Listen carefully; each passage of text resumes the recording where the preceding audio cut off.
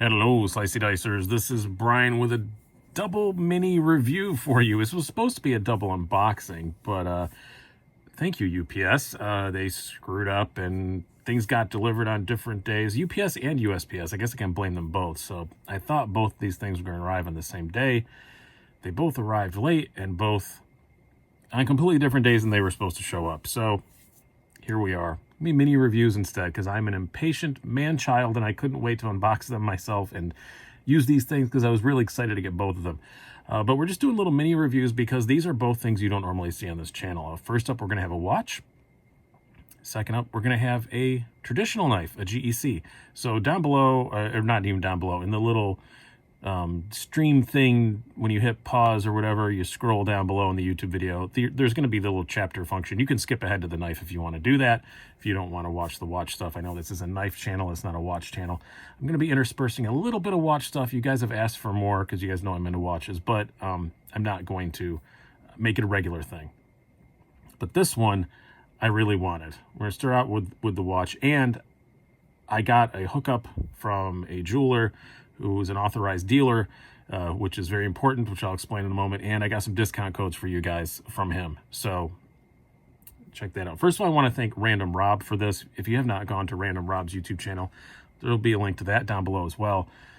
Fantastic channel, fantastic guy. He's been a great advisor to me in watch stuff. And he hooked me up with one of the ADs that he deals with a lot, which is Mimo's Jewelry.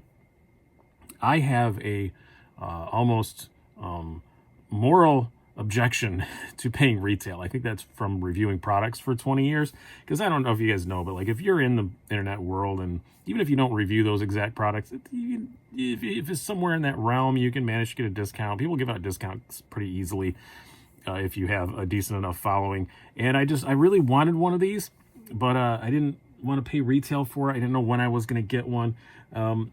This is kind of my 2A grail. So my grail watch, I'm not wearing a watch at all at the moment because I'm prepared to put this one on my wrist, but my grail watch is, I got it, and it is from a unnamed benefactor. I got it at a price that I could actually afford, which I never thought I'd be able to afford on these. I've always wanted an Omega Seamaster. That's always been really high on my list. This is a 2011 Planet Ocean. Thank you very much to unnamed person who made it possible for me to be able to afford this. I love it, I adore it. But I had two kind of secondary grails. I had 2 and 2A, I would say. 2 was the Seiko Alpinist. Love it, great watch. Got it from Papa Nick for a really good price. He got a good deal, he passed it on to me. Yeah, Nick Shabazz always says don't get into watches, but he'll sure as heck sell me them whenever I want him to, so he's an enabler. He sits on a throne of lies. But the other one was this. It is a Hamilton Khaki King. We're going to open up the box here in just a moment. Said I wanted one. I've been talking about one for a long time. Was talking to Random Rob about it. He hooked me up with his AD, which is Mimo's Jewelry, mimosjewelry.com. And I have discount codes that you can use the code HW25 at checkout and get 25% off on Hamilton's. If you want a Seiko, he sells a lot of high-end Seikos as well. You can use SEIK35 at checkout. SEIK30 maybe. Let me make sure I have that right. Yeah, SEIK35. I was right the first time at checkout and get 35% off on Seikos. So go do that. It's a very good thing to do. It's nice to go through him. If you go to Mimo's Jewelry, you're going to see that a lot of the prices are MSRP, which are kind of high. Because he's an authorized dealer, he has to advertise them at that. If you're seeing watches advertised at lower than MSRP, they're probably gray market dealers. What does gray market mean? It means that you can buy them from there. They're totally legit. They're real. But if you have any problems, you have to deal with that retailer. You can't send them straight back to the manufacturer or anything. There are some limitations to dealing with gray market. If you use those discount codes I gave you, you're back to the same prices you find anywhere else on the internet, if not a bit less, and you're dealing with an actual authorized AD who's a really good guy, and you can call and ask advice about, you can email and ask advice about, and he's a great dude, and I would highly recommend you do that rather than going through some other gray market dealer on the internet. So let's go. What did I get? As I said, it is a Khaki King. Really wanted one of these. Hamilton. If you don't know about Hamilton, they are were an American company. They made a lot of watches in World War II, maybe even World War I. I can't remember, a lot of military watches in the past, but eventually, I think in the 60s, they went over to Switzerland. So now they are Swiss watches. Swiss brand, part of the Swatch group, I do believe, but correct me if I'm wrong on that. But great made watches.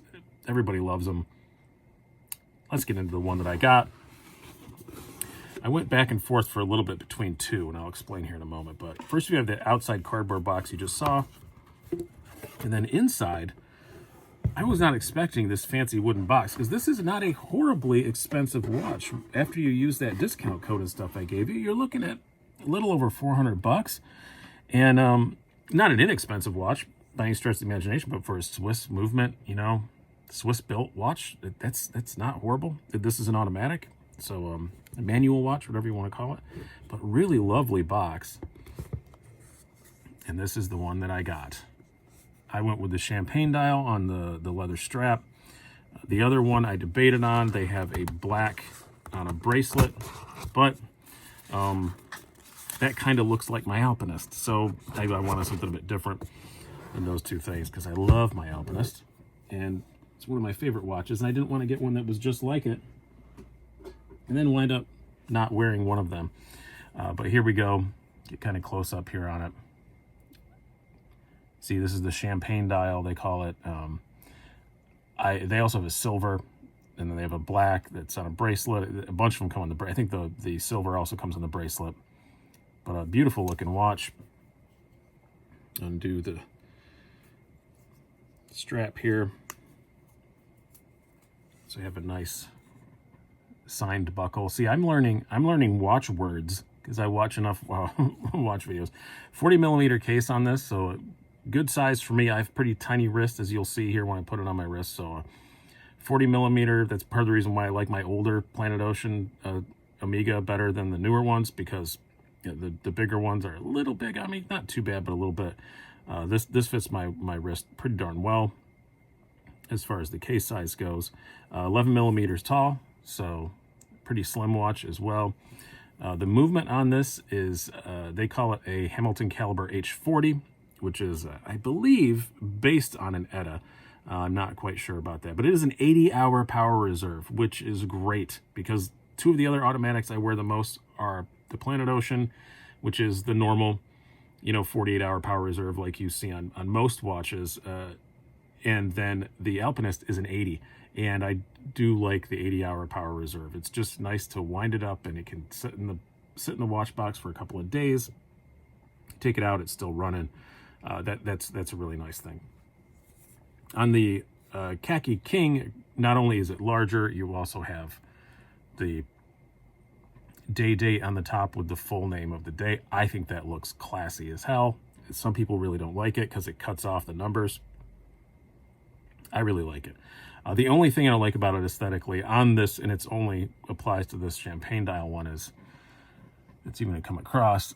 Yeah, it is. That yellowish, greenish outline. I don't know why they did that, but in actual wear, you don't see it at all. But it's only in these close-up shots like this that you really notice it. But the close-up shots, you also notice this lovely multi-tone, multi-grain, sort of. I don't know what to call on the face of that. Just they brush it different ways, but it's a beautiful looking thing up close. You have the polished bezel. Most of the case is brushed. Again, this comes in the leather strap. I'm glad that I didn't just do a pure unboxing this for one reason. This strap is so stiff out of the box. The more you move it and flex it around, it loosens up a little bit. But I would still say the stock strap is probably not long for this world. So that's one downside. Another is, this is a field watch. A lot of field watches are this way. I don't know why, but it's only 50 meter water resistance, which doesn't mean that you can dive 50 meters deep with it. 50 meters, basically consider that you don't have to worry about it getting rained on. You don't have to worry about washing your hands with it and stuff. But I probably still wouldn't even wear this in the shower. You probably could. I don't wear any watches in the shower myself, but you probably could. But 50 meter water resistance means it's just water resistant. Don't consider it to be waterproof to any depth. I wouldn't go swimming with it. But it'll probably be fine. but no screw down crown, anything like that. Very easy to set. You just have the usual 2-stop. Middle stop is for the day date, and the outer is for the time. Loom on it's not awesome either. You'll see that in just a minute. I guess it's the other downside, but I love the way it looks. I love the way it wears. It's very light, and it's a Hamilton. I've always wanted one. Let's do some size comparisons here. I did bring out some other watches, so I can bring out the Alpinist since I've talked about it so much in comparison to this. So yeah, the reason why I didn't get the metal bracelet black version is it probably would have wound up looking a lot like that. So I have a watch in a similar size and that configuration, so that's why the King's a little bit bigger. Another Seiko that I think a lot of people buy this and wind up going up to Hamiltons. I do think that does happen. We have this Seiko SNK 809. Awesome sub-$100 watch. Fantastic if you want your first mechanical watch. Go for one of these. And you can see it's a little bit bigger than that. And we'll bring out two more, I guess. Don't want to take forever with this, but something a lot of us have. G-Shock Square. This happens to be one of the JDM market ones, but they're all the same size. And another kind of entry-level automatic that some of you might have, Orient Bambino. A little bit smaller than that. Bambino's my dress watch, and hopefully someday we're allowed outside again where I can actually have a need for a dress watch. But yeah, this is kind of the only real dress watch that I own. You could probably dress this up a bit, though, to make it an acceptable dress watch. A little fancier strap or something on it. But let's put this on wrist. I have tiny little wrists, 6.75-inch wrists, but my wrists are shaped weird, so they're really narrow this way and taller this way, which makes it really hard to fit watches. So that's why I don't wear a bunch of huge stuff. Like G-Shock Squares are about the biggest G-Shocks that I can wear, meaning about the only G-Shocks that I can wear. But get this on here. Still, this strap is still a bit stiff. I've only had this for a very short amount of time, but I've been trying to bend on that strap. You can see it fits my wrist okay. It's not perfect, but it'll get better once the strap loosens up, and then it'll lay a bit flatter, and then it will look a lot better. But right now with that stiff strap, it's just wanting to pop up off my wrist. I do have another 20mm strap that would fit it, but I'd have to take it off of my beloved Seiko Flightmaster, so not sure if I'm going to do that or not, but I might just order another one. Clang, drop the Flightmaster on its face. It'll survive. It's a good watch. But yeah, love this thing. Love the look of it. The 80-hour power reserve. I guess previous ones had a shorter power reserve, but the hand swept smoother. It was a higher megahertz or whatever. But I don't mind this one. I think it looks smooth enough. Let's do a quick little loom shot. I have my... there we go. And charge it up here. I don't know why I'm doing that on camera. It's just going to make everything blow out. And then we'll turn the lights off. Oh, my computer screen is still on, but I didn't take that into account. But yeah, it's not too bad. It's just, there's just not much of it. The loom is fine. There's just not much of it. Loom means a lot to me because I have very bad eyesight without my contacts in. So when I'm asleep at night, I can't, if you put Big Ben at the foot of my bed, I wouldn't be able to read it. So I like having a watch with really good loom so I can look in the middle of the night. And I wake up a lot in the middle of the night. I like being able to look and see what time it is. So overall, I think it's a really great watch for the price. It definitely feels like it's worth every bit of that $400. Absolutely, for sure. It's a watch with a lot of history.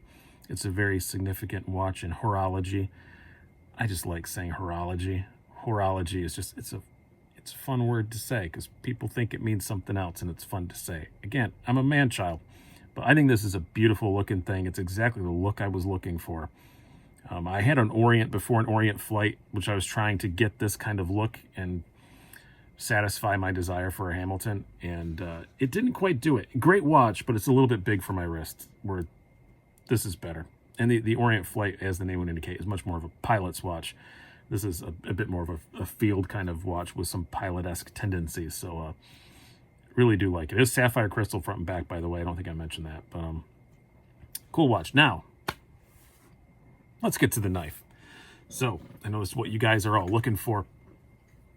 What we have is the GEC Cutlery Beer and Sausage. Tiduit. I don't know how to say that. Again, I'm not a big GEC guy. So I've had kind of a weird relationship with GECs.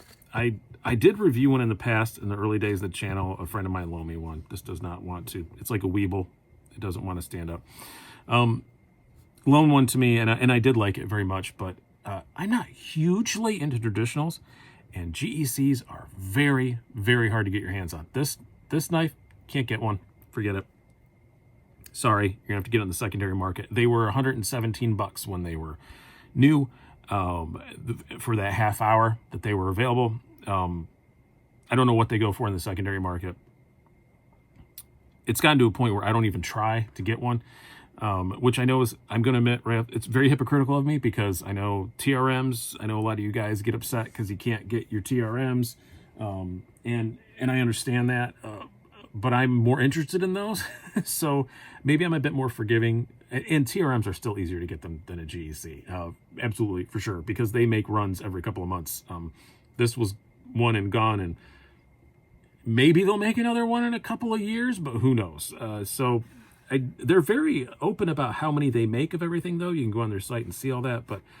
And I know a lot of people, the collecting of them, the chasing of them is the main point of it. It feels a bit artificial to me with GEC, just because they know people like to chase them, but they charge reasonable prices, so that kind of counteracts that. I don't know. They're not really worth chasing for me. I know a lot of people love them. Advanced Knife Bro, one of my favorite channels on all of YouTube, and a good friend of mine, he loves chasing them.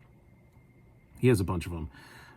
I know that people love doing it, but this one I really wanted. I really wanted the Beer and Sausage, and I did make an effort to get one. I think I did sign up for a notification from collectorknives.com, or collectorknives.net. I think the link's gonna be down below. I'll get the right one down below. That's where I got this from, but I didn't get it when they were available. They had come and gone. I logged on, like, I don't know, 35, 40 minutes later, they were gone. But I was on Knife Junkie podcast, and Mike from Collector Knives was also on the show. And this knife came up, and he kind of indicated he really didn't like it. and I was sticking up for it because I thought it was really cool. And I said I was really upset that I didn't get one. And then just a week and a half or so ago, he messaged me on Patreon. He's one of my Patreon supporters. Thank you very much, Mike, for that. And said, hey, I have a blem. Do you want it? He described what the blemish was on it, and didn't sound like anything that would bother me. And Mike is the pickiest guy in the world, so I knew what he considered a blem probably is totally fine with me. So he sent this along to me. So I do have one now. I'm very happy to have had it. We're going to do a faux unboxing here like we did with the watch, because I love the individual packaging for each knife. That's just cool. Individual stickers anyway. And it comes wrapped in this little wax paper, so it feels kind of old-timey. You have your little pin, which is neat. I'd forgotten that these came with them. Thought that was pretty cool. And then, of course, the knife. So this is the Autumn Leaf Jigged Bone. I don't know what that S means, if that indicates that it's a blem or not. Again, I don't have a whole lot of experience with these.